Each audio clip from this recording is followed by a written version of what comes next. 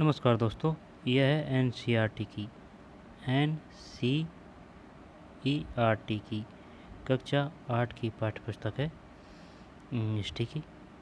तो चलिए हर एक फैक्ट को लाइन को आराम से समझते हुए याद करते चलते हैं। काफ़ी महत्वपूर्ण पुस्तक है और यह वीडियो चाहे छोटी से छोटी एग्ज़ाम हो या बड़ी से बड़ी एग्ज़ाम हो, उन सभी के लिए इम्पोर्टेंट है, क्योंकि जो ऑथेंटिक बुक होती है उनका कोई तोड़ नहीं होता है।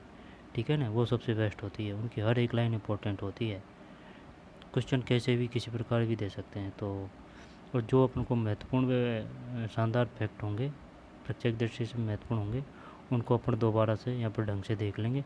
तो चलिए शुरू करते हैं। देशी जनता को सभ्य बनाना, राष्ट्र को शिक्षित करना। देशी जनता को सभ्य बनाना और राष्ट्र को शिक्षित करना। देशी जनता को सभ्य बनाना, राष्ट्र को शिक्षित करना।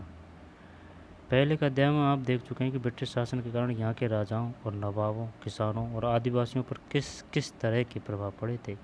इस अध्याय में हम यह समझने का प्रयास करेंगे कि इन चीज़ों से विद्यार्थियों के जीवन पर क्या असर पड़े। यानी कि क्या बोल रही है पब्लिक ये बोल रही है, देशी जनता को सभ्य बनाना, राष्ट्र को शिक्षित करना।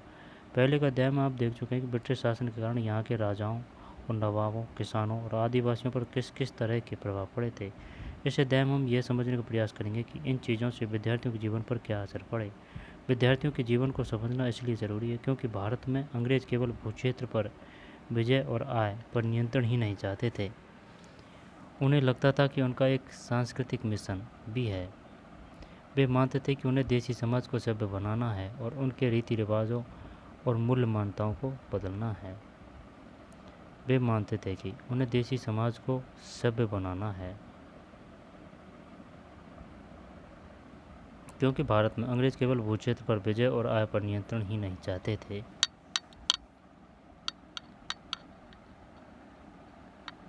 भूक्षेत्र पर विजय और आय पर ही नियंत्रण नहीं चाहते थे। उन्हें लगता था कि उनका एक सांस्कृतिक मिशन भी है।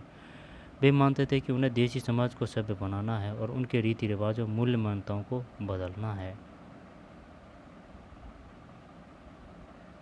मतलब विद्यार्थियों के जीवन को समझना इसलिए ज़रूरी है क्योंकि भारत में अंग्रेज केवल भूक्षेत्र पर विजय और आय पर नियंत्रण ही नहीं चाहते थे। उन्हें लगता था कि उनका एक सांस्कृतिक मिशन भी है। वे मानते थे कि उन्हें देशी समाज को सभ्य बनाना है और उनके रीति रिवाज और मूल्य मान्यताओं को बढ़ाना है। इसके लिए कौन से बदलाव लाए जाने थे? भारतीयों को शिक्षित, सभ्य और अंग्रेज़ों की सोच के मुताबिक अच्छी प्रजा बनाने के लिए कौन से कदम? इनका मतलब क्या हम अनपढ़ गँवार थे? हमारी कोई सांस्कृतिक विरासत नहीं थी, हमारा कोई इतिहास नहीं था। बहुत अच्छी और बहुत पुरानी हमारी सांस्कृतिक विरासत रही है, सांस्कृतिक इतिहास रहा है, जिसका किसी के पास तोड़ नहीं है। अंग्रेज़ों को तो हमने ही तो शिक्षित किया था। हमारा ज्ञान ईरान, इराक गया और यहाँ से फिर इधर गया, क्योंकि व्यापार के माध्यम से यहाँ गया, यहाँ से फिर इधर यूरोप गया। पर यूरोप वालों को बुद्धि आई। बुद्धि के आने के बाद में इनमें फिर जैसे कि यूरोप का राष्ट्रवाद, राष्ट्रीयकरण वगैरह वगैरह, ये जो है जो फिर ये सोच आई इनकी और फिर इनमें बदलाव हुआ। और फिर हमारे क्या है कि राजा महाराजाओं को फिर वो काल गया तो हम थोड़ा बहुत कुछ कमज़ोर पड़ गए, लेकिन पहले हम सबसे बेस्ट थे, तभी तो आए थे। अगर हमारे पास कुछ नहीं था तो भाई क्यों इतने दूर से अपने घर बार को छोड़ के यहाँ आए थे? भाई क्या ज़रूरत पड़ रही थी तुम्हारी? भाई कुछ लाभ है, कुछ लोभ है, तभी तो दूर से कोई आया है, नहीं क्यों आता? कुत्ता है, कुत्ता को रोटी पटकते हैं तो कुत्ता का लोभ होता है कि अगर जाएंगे और अगर रोटी मिलेगी तभी तो वो बार बार आता है। वही बड़ा सिस्टम मान सकते हैं अपन।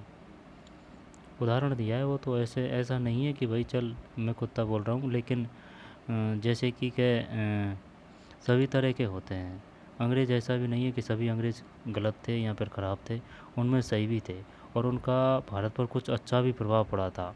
आई समझ में? क्योंकि जब हम कमज़ोर थे, जब हमारी इतनी विकसित सोच नहीं थी, ठीक है ना, वगैरह वगैरह मान सकते हैं, ठीक है ना, तो उस समय हमको काफ़ी सहारा मिला था, ठीक है ना। हमारी शिक्षा व्यवस्था हो, चाहे वो शिक्षा व्यवस्था उन्हें उनके फ़ायदे के लिए किया हो, चाहे औद्योगिक विकास उन्होंने उनके लिए ही किया हो, लेकिन उनमें कहीं न कहीं अपना फ़ायदा भी छिपा हुआ था। ठीक है। अब ये फालतू की बात करने में कोई इंटरेस्ट नहीं है, क्योंकि देख, सीधी सट बात है, किताब है, किताब की हर एक लाइन है वो याद करो, वहाँ से ही क्वेश्चन आते हैं। और जो एग्ज़ाम सेटर है वो ये नहीं पूछते हैं कि भाई फलां सिंह ने, फलां टीचर ने, या फिर फलां कोचिंग संस्थापक ने क्या समझाया है, या फिर क्या बात बोली है उसके द्वारा। उनसे उनको कुछ मतलब नहीं है, उनको मतलब है कि जो किताब में है और जो क्वेश्चन आ रहा है वो आ रहा है या नहीं आ रहा है। इसी वजह से मैं व्याख्या वगैरह नहीं करता, क्योंकि व्याख्या में वैसे ही टाइम जाता है। आई बात समझ में। और जो एन में दे रखा है उनमें समझाने की कोई ज़रूरत नहीं है, उनकी कुछ होड़ ही नहीं है। वही उनसे अच्छा क्या समझा सकता है कोई। तो सबसे अच्छा है कि किताबों को ढंग से पढ़ो।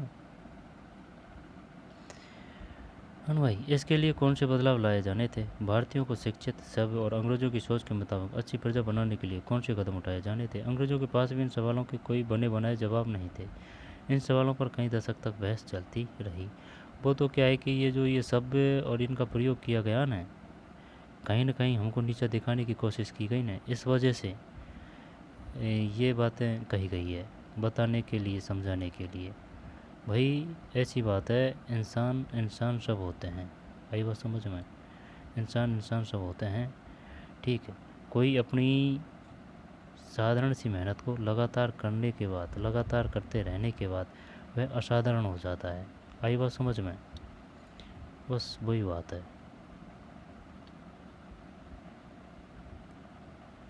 अंग्रेज़ों के पास में इन सवालों के कोई बने बनाए जवाब नहीं थे। इन सवालों को कई दशक तक बहस चलती रही। भाषाविद एक ऐसा व्यक्ति जो कई भाषाओं का जानकार और विद्यार्थी होता है। उस ज़माने में चलते हैं अपन।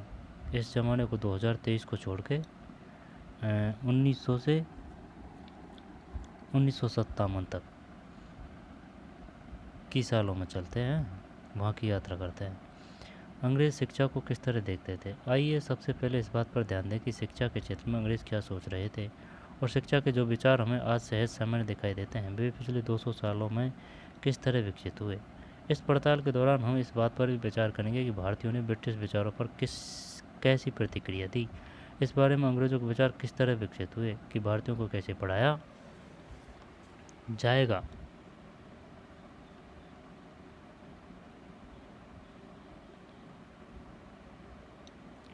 ये उर्दू में लिखा हुआ है कुछ, और शायद है ना, ये कोई अंग्रेज़ अधिकारी है, इसको ये टीचर है उर्दू का, शायद ये समझ पढ़ा रहा है इसको।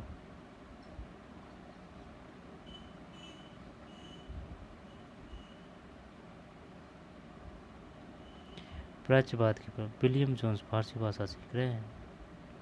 विलियम जोन्स फारसी भाषा सीख रहे हैं। प्राच्यवाद की परंपरा सन 1783 में विलियम जोन्स के नाम के एक सज्जन कलकत्ता आए। प्राच्यवाद की परंपरा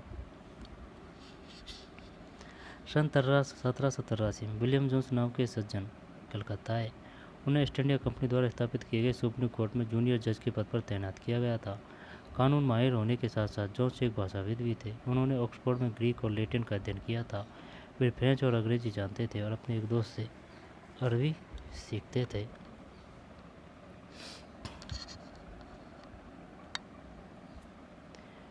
प्राच्यवाद की परंपरा सन 1783 में विलियम जोन्स नाम के एक सज्जन, ये विलियम जोन्स है, नहीं ये विलियम जोन्स नहीं है, ये विलियम जोन्स है।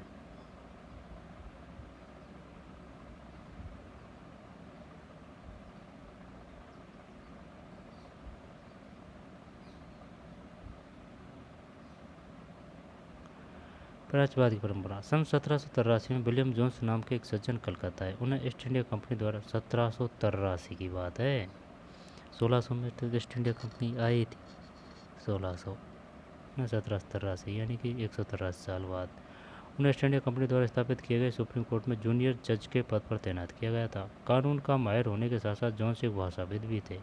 उन्होंने ऑक्सफोर्ड में ग्रीक और लैटिन का अध्ययन किया था। ग्रीक और लैटिन का अध्ययन किया था। वे फ्रेंच और अंग्रेजी जानते थे, यानी कि 4 भाषाएं। ग्रीक जानता है ना, लैटिन जानता है, फ्रेंच और अंग्रेजी जानते थे।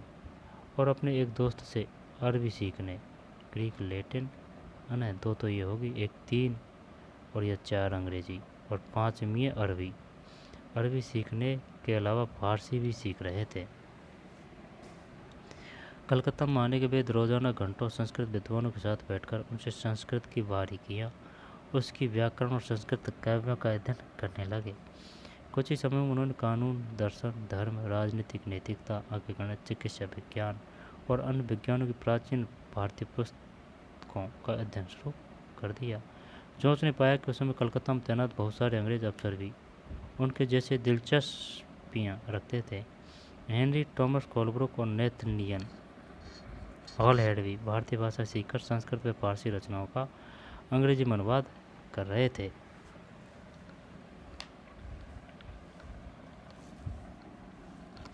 जोन्स ने पाया कि उस समय कलकत्ता में तैनात बहुत सारे अंग्रेज अफसर भी उनके जैसे दिलचस्पियाँ रखते थे।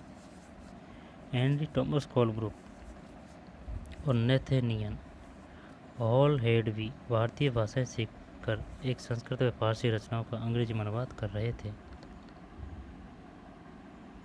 उनकी जैसी दिलचस्पियाँ रखते थे। हेनरी थॉमस कोलब्रुक और नेथनियल हॉलहेड भी भारतीय भाषा सीख कर संस्कृत व फारसी रचनाओं का अंग्रेजी में अनुवाद कर रहे थे। हेनरी थॉमस कोलब्रुक, ये कोलब्रुक से संबंधित क्वेश्चन आ चुका है। और नेथनियल हॉलहेड भी भारतीय भाषा सीख रहे थे। कोलब्रुक और नेथनियल हॉलहेड भी, और प्राचीन भारतीय विरासत को समझने के प्रयास में लगे हुए थे। इन लोगों के साथ मिलकर जोन्स ने एशियाटिक सोसाइटी ऑफ बंगाल का गठन किया और एशियाटिक रिसर्च नामक शोध पत्रिका का प्रकाशन शुरू किया। हेनरी थॉमस कोलब्रुक वह संस्कृत तथा हिंदुत्व के प्राचीन धार्मिक ग्रंथों के विद्वान थे और उन्हीं के अनुसार वेशभूषा थी भाई।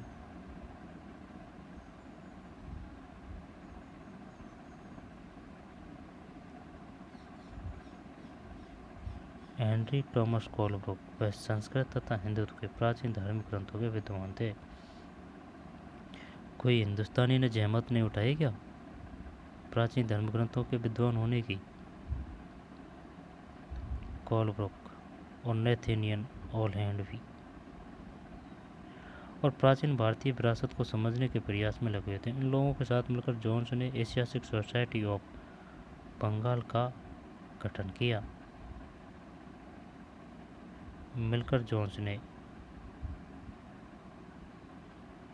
जोन्स कौन सा?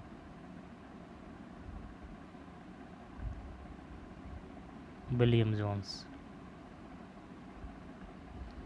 क्वेश्चन आ चुका है। एशियाटिक सोसाइटी ऑफ बंगाल का गठन किया था विलियम जोन्स और एशियाटिक रिसर्च नामक शोध पत्रिका का प्रकाशन शुरू किया। जोन्स और कोलब्रुक, ये कोलब्रुक महोदय है। जोन्स और कोलब्रुक भारत के प्रति एक खास तरह का रवैया रखते थे। वे भारत और पश्चिम दोनों की प्राचीन संस्कृति प्रति गहरा आदरभाव, ये सही था भाई, ये बेस्ट था। क्योंकि कोई भी किसी भी देश की संस्कृति कमज़ोर व मट्टी नहीं है।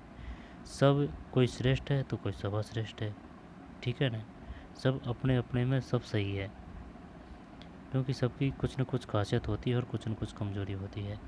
जोन्स और कोलब्रुक भारत के प्रति एक खास तरह का रवैया रखते थे।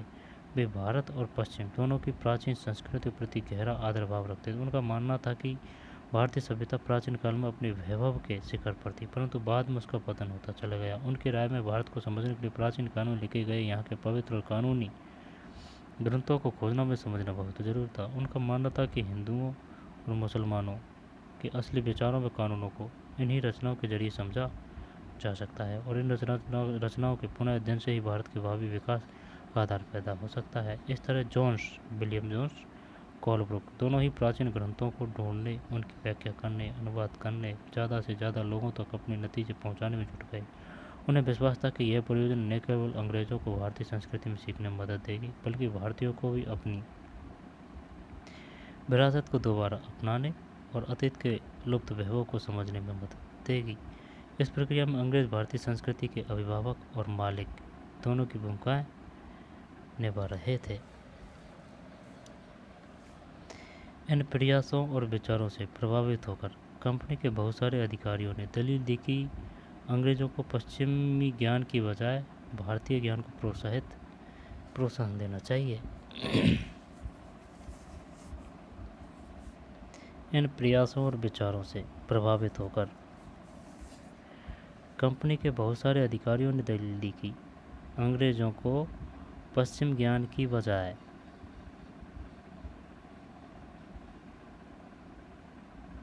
भारतीय ज्ञान को ही प्रोत्साहन देना चाहिए। सही बात की थी भाई। वे चाहते थे कि प्राचीन भारतीय ग्रंथों के अध्ययन को प्रोत्साहित करने और संस्कृत व फारसी साहित्य व काव्य पढ़ाने के लिए संस्थाओं की स्थापना की जाए। इन अधिकारियों का यह भी मानना था कि हिंदू और मुसलमानों को वही पढ़ाया जाना चाहिए जिससे वे पहले ही परिचित है और जिसे वे आदर महत्व देते हैं। उन्हें अनजाने विषयों की शिक्षा नहीं दी जाए। इन अफसरों की राय में केवल तभी अंग्रेज देशी जनता का दिल जीत सकते हैं, केवल तभी अजनबी शासक अपनी प्रजा से आदर की उम्मीद कर सकते हैं। बात तो सही थी भाई। इस बात को ध्यान में रखते हुए 1781 में अरबी, फारसी, इस्लामिक कानून के अध्ययन को बढ़ावा देने के लिए कलकत्ता में मदरसा खोला गया। आ सकता है ये बताइए, सबसे पहले मदरसा कहाँ खोला गया था? कलकत्ता में।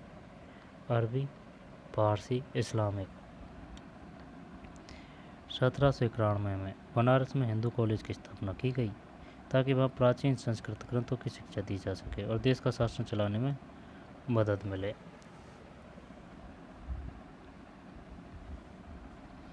परंतु कंपनी के सभी अफसर इन विचारों से सहमत नहीं थे। इनमें से बहुत सारे प्राच्यवादों के कटु आलोचक भी थे, परंतु कंपनी के सभी अफसर इन विचारों से सहमत नहीं थे। इनमें से बहुत सारे प्राच्यवादों के कटु आलोचक भी थे।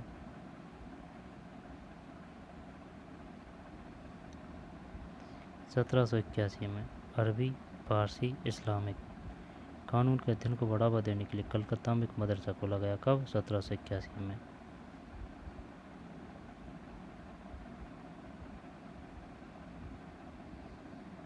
मदरसा कहाँ खोला गया था? कलकत्ता में। कब खोला गया था? 81 में। 1781 है ना। और बनारस हिंदू कॉलेज की स्थापना 1791 में, यानी 10 साल बाद। 81-91,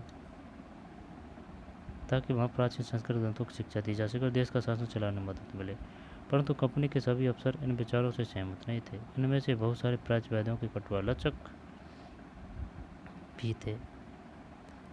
पूर्व की जघन्य गलतियाँ।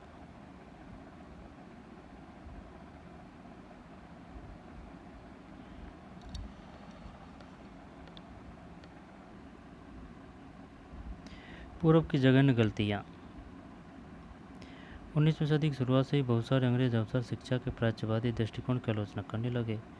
उनका कहना था कि पूर्वी समाजों का ज्ञान त्रुटियों से भरा हुआ और अवैज्ञानिक है। पूर्व की जघन्य गलतियाँ। 19वीं सदी की शुरुआत से बहुत सारे अंग्रेज अफसर शिक्षा के प्राच्यवादी दृष्टिकोण की आलोचना करने लगे। उनका कहना था कि पूर्वी समाजों का ज्ञान त्रुटियों से भरा हुआ और अवैज्ञानिक है। उनके मुताबिक पूर्वी साहित्य एक गंभीर और सतही था, इसलिए उन्होंने दलील दी कि अंग्रेजों को अरबी और संस्कृत भाषा व साहित्य के अध्ययन को बढ़ावा देने पर इतना खर्च नहीं करना चाहिए।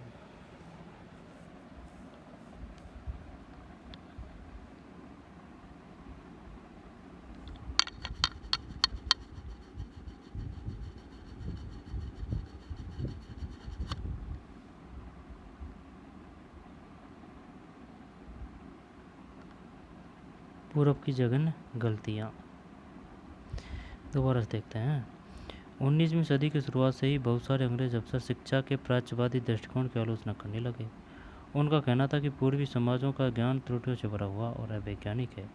उनके मुताबिक पूर्वी साहित्य एक गंभीर और सतही था, इसलिए उन्हें दलील दी कि अंग्रेजों को अरबी और संस्कृत भाषा व साहित्य के अध्ययन को बढ़ावा देने पर इतना खर्च नहीं करना चाहिए। प्राच्यवादियों पर हमला करने वालों में जेम्स मिल प्रमुख थे। उनका विश्वास था कि अंग्रेज़ों को देशी जनता को खुश करने और उसका दिल जीतने के लिए जनता की इच्छा के हिसाब से या उनकी भावनाओं को ध्यान में रखते हुए शिक्षा नहीं देनी चाहिए। उनकी राय में शिक्षा के जरिए उपयोगी और व्यवहारिक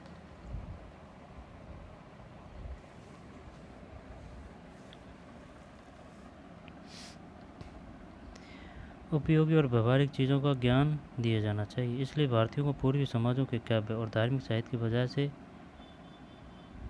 बजाय ये पढ़ाना चाहिए कि पश्चिम ने किस तरह की वैज्ञानिक और तकनीकी सफलताएं हासिल कर ली है। मतलब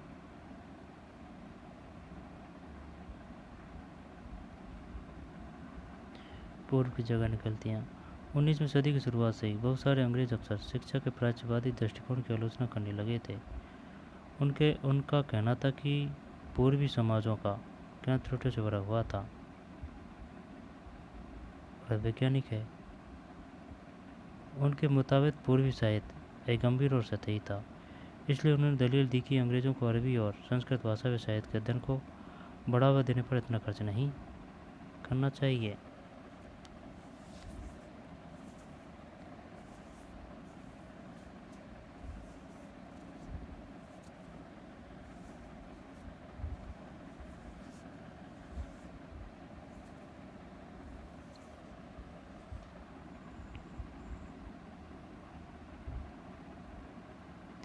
पूरब की जगह निकलती हैं। 19वीं सदी की शुरुआत से ही बहुत सारे अंग्रेज अफसर शिक्षा के प्राच्यवादी दृष्टिकोण की आलोचना करने लगे थे।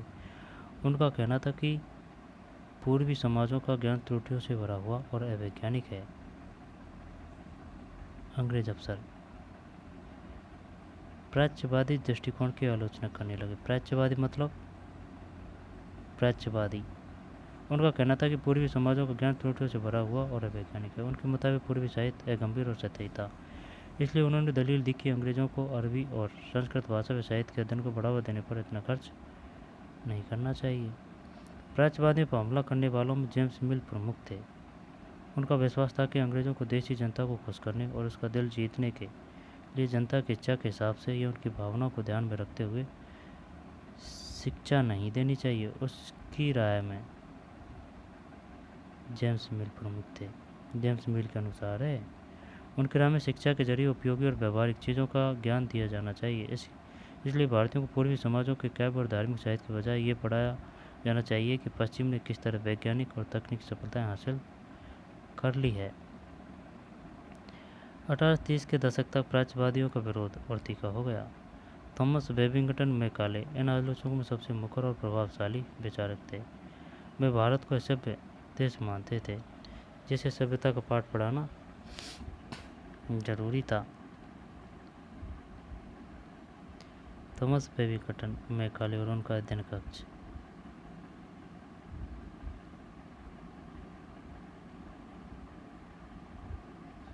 थॉमस बेबिंगटन मैकाले पूरा नाम है मैकाले गया बेबिंगटन मैकाले और उनका अध्ययन कक्ष 1830 के दशक तक प्राच्यवादियों का विरोध और तीखा हो गया। थॉमस बेबिंगटन मैकाले इन आलोचकों में सबसे मुखर और प्रभावशाली विचारक थे। प्राच्यवादियों का वह भारत को असभ्य देश मानते थे जिसे सभ्यता का पाठ पढ़ाना जरूरी था। मैकाले के मुताबिक पूर्व ज्ञान की कोई भी शाखा इंग्लैंड की प्रगति के समक्ष नहीं थी। मैकाले का कहना था कि एक अच्छे यूरोपीय पुस्तकालय का केवल एक खाना ही भारत और अरब के समूचे देशी साहित्य के बराबर है। उनका तर्क था कि भारत में ब्रिटिश सरकार को प्राच्यवादी ज्ञान पर सरकारी पैसा बर्बाद नहीं करना चाहिए क्योंकि इससे कोई फायदा होने वाला नहीं है। गहन ऊर्जा और आवेशपूर्ण मैकाले ने अंग्रेजी भाषा सिखाने की जरूरत पर जोर दिया।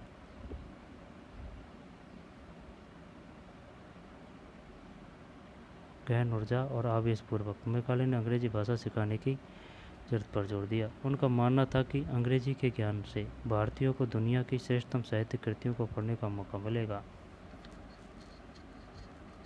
यहाँ के लोग पश्चिमी विज्ञान और दर्शन के क्षेत्र में हुए विकास से अवगत हो पाएंगे। इस प्रकार उनका कहना था कि अंग्रेजी पढ़ाना लोगों को सभ्य बनाने, उनकी रुचियों, मूल्यों और संस्कृति को बदलने का रास्ता हो सकता है।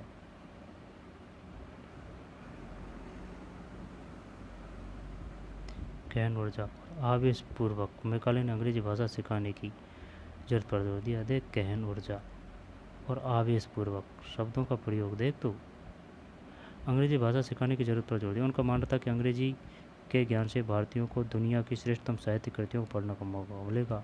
यहाँ के लोग पश्चिम विज्ञान और दर्शन के क्षेत्र में हुए विकास से अवगत हो पाएंगे। इस प्रकार उनका कहना था कि अंग्रेजी पढ़ाना लोगों को सभ्य बनाने, उनकी रुचियों, मूल्यों और संस्कृति को बदलने का रास्ता हो सकता है। मैकाले के मिनट्स विवरण के आधार पर 1835 का अंग्रेज़ों का शिक्षा अधिनियम पारित किया गया। ये फैसला भी लिया गया कि अंग्रेज़ों को उच्च शिक्षा का माध्यम बनाया जाए और कलकत्ता मदरसे तथा बनारस संस्कृत कॉलेज जैसे प्रचारवादी संस्थाओं को प्रोत्साहन नहीं दिया जाए। कलकत्ता मदरसे तथा बनारस संस्कृत कॉलेज जैसे प्रचारवादी संस्थाओं को प्रोत्साहन नहीं दिया जाए।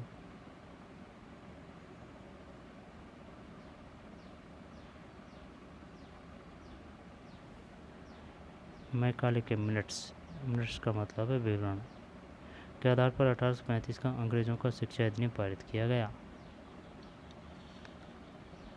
मिनट्स विवरण के आधार पर ये फैसला भी लिया गया कि अंग्रेजी को उच्च शिक्षा का माध्यम बनाया जाए और कलकत्ता मदरसे तथा बनारस संस्कृत कॉलेज जैसे प्रचारवादी संस्थानों को प्रोत्साहन नहीं दिया जाए। इन संस्थानों को अपनी आप चरण का शिकार होते आ रहे अंधकार के मंदिरों की संज्ञा दी गई। अब स्कूलों के लिए अंग्रेजी पाठ्य पुस्तकें छपने लगी।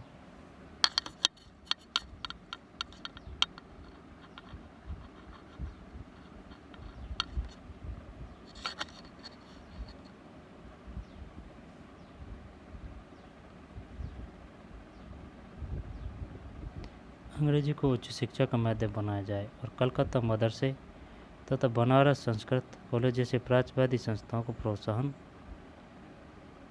नहीं दिया जाए।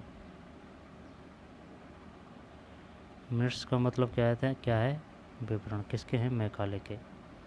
1835 का अंग्रेज़ों का शिक्षा अधिनियम पारित किया गया। ये फैसला भी लिया गया कि अंग्रेजी को उच्च शिक्षा का माध्यम बनाया जाए और कलकत्ता मदरसे तथा बनारस संस्कृत कॉलेज जैसी प्रचारवादी संस्थाओं को प्रोत्साहन नहीं दिया जाए।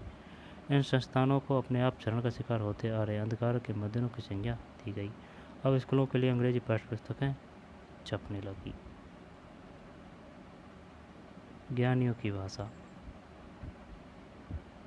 अंग्रेजी पढ़ाने की जरूरत पर जोर देते हुए मैकाले ने यह कहा था, सभी पक्ष इस बात पर सहमत दिखाई देते हैं कि भारत के देशी लोगों द्वारा आमतौर पर बोली जाने वाली बोलियों में न तो साहित्यिक जानकारी होती है न ही वैज्ञानिक। इसके अलावा ये बोलियाँ इतनी दरिद्र और रूखी है कि अगर किसी और स्रोत से उनको समृद्ध नहीं बनाया जाए तो किसी भी मूल्यवान कृति का अनुवाद भी नहीं किया जा सकता।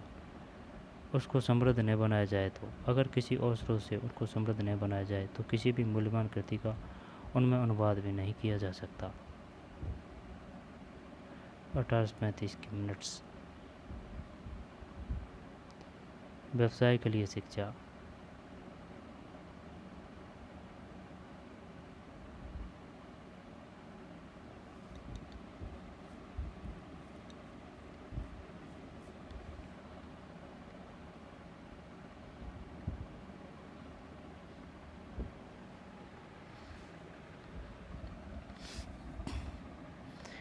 1854 में ईस्ट इंडिया कंपनी के लंदन स्थित कोर्ट ऑफ डायरेक्टर ने भारतीय गवर्नर जनरल को शिक्षा के विषय में एक नोट भेजा। कंपनी के नियंत्रण मंडल के अध्यक्ष चार्ल्स वुड के नाम से जारी किए गए संदेश को वुड का नीति पत्र वुड डिस्पैच के नाम से जाना जाता है।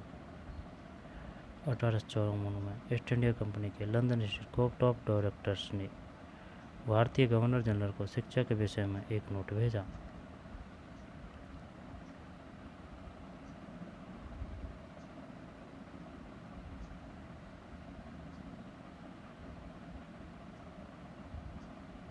ईस्ट इंडिया कंपनी के लंदन स्थित कोर्ट ऑफ डायरेक्टर्स ने भारतीय गवर्नर जनरल को शिक्षा के विषय में एक नोट भेजा। कंपनी के नियंत्रक मंडल के अध्यक्ष चार्ल्स वुड के नाम से जारी किए गए संदेश को वुड का नीति पत्र वुड डिस्पैच के नाम से जाना जाता है। इस दस्तावेज में भारत में लागू की जाने वाली शिक्षा नीति की रूपरेखा स्पष्ट करते हुए एक बार फिर दोहराया गया है कि प्राच्यवादी ज्ञान के स्थान पर यूरोपीय शिक्षा को अपनाने से कितने व्यवहारवादी लाभ प्राप्त होंगे। इस दस्तावेज में यूरोपीय शिक्षा के व्यवहारिक लाभ आर्थिक क्षेत्र में बताया गया था। इसके मुताबिक यूरोपीय शिक्षा के माध्यम से भारतीयों को व्यापार और वाणिज्य के विस्तार से होने वाले लाभों को समझने और देश के संसाधनों के विकास को मैं समझाने में मदद मिलेगी।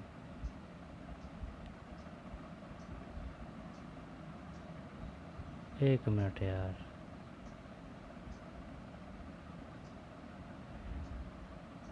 यहाँ से पढ़ेंगे बाद में, है ना। व्यवसाय के लिए शिक्षा, ऊपर कुछ छूट गया क्या? ये मैकाले है और प्राच्यवादी।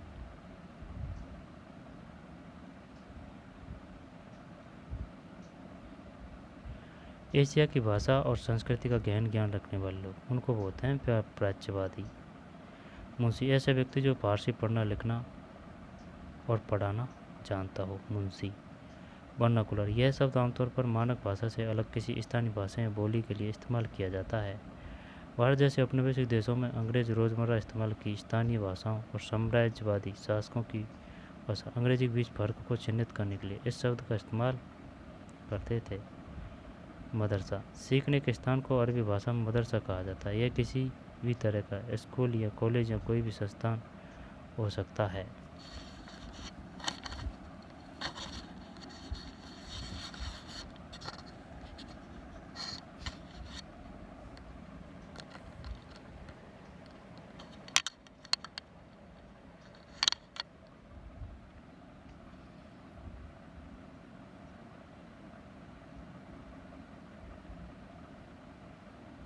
ये किसी भी तरह का स्कूल या कॉलेज या कोई भी संस्थान हो सकता है।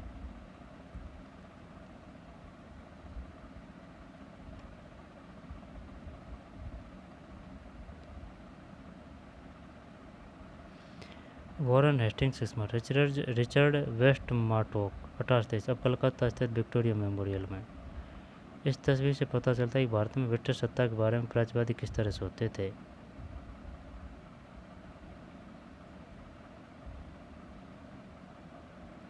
इस तस्वीर से पता चलता है कि भारत में ब्रिटिश सत्ता के बारे में प्राच्यवादी किस तरह सोचते थे। यहाँ आप देख सकते हैं कि सबसे ऊपर हेस्टिंग्स की भव्य प्रतिमा है, जो प्राच्यवादियों के भारी समर्थक थे।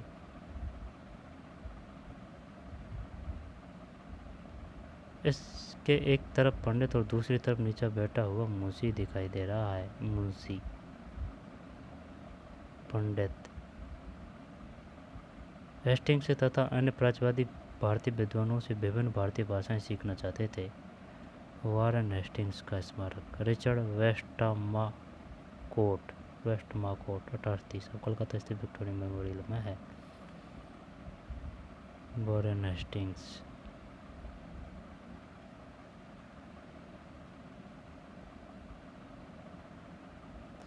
जिन्हें वह कई बार केवल बोलियां समझते थे, वर्नाकुलर का नाम देते थे, स्थानीय रीति रिवाजों और कानूनों के बारे में जानना चाहते थे, प्राचीन ग्रंथों का अनुवाद और व्याख्या में मदद चाहते थे। हेस्टिंग्स ने पहल करके कलकत्ता मदरसे की स्थापना की और उनका विश्वास था कि यहाँ के प्राचीन रीति रिवाज और यहाँ की ज्ञान संपदा ही भारत में ब्रिटिश शासन के आधार होनी चाहिए।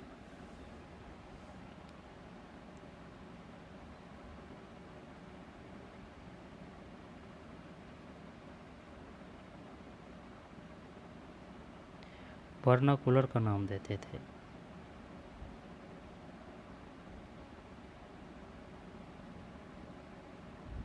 प्राच्यवादी, मुंशी, वर्नाकुलर, यह शब्द आमतौर पर मानक भाषा से अलग किसी स्थानीय भाषा या बोली के लिए इस्तेमाल किया जाता है। वर्नाकुलर, भारत जैसे औपनिवेशिक देशों में अंग्रेज रोज़मर्रा इस्तेमाल की स्थानीय भाषाओं और साम्राज्यवादी शासकों की भाषा अंग्रेजी के बीच फर्क को चिह्नित करने के लिए इस शब्द का इस्तेमाल करते थे। मदरसा, सीखने के स्थान को अरबी भाषा मदरसा कहा जाता था। यह किसी भी तरह का स्कूल या कॉलेज या कोई और संस्थान हो सकता है।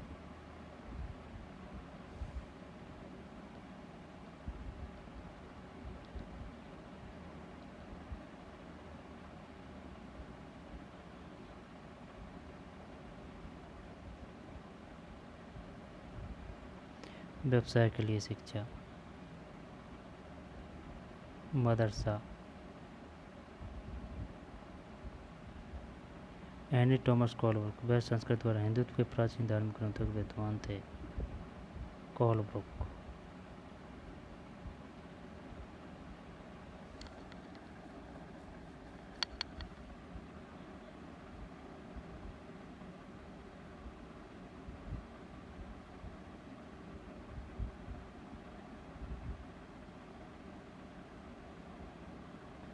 व्यवसाय के लिए शिक्षा। यूरोपीय ज्ञान के पक्ष में एक तर्क।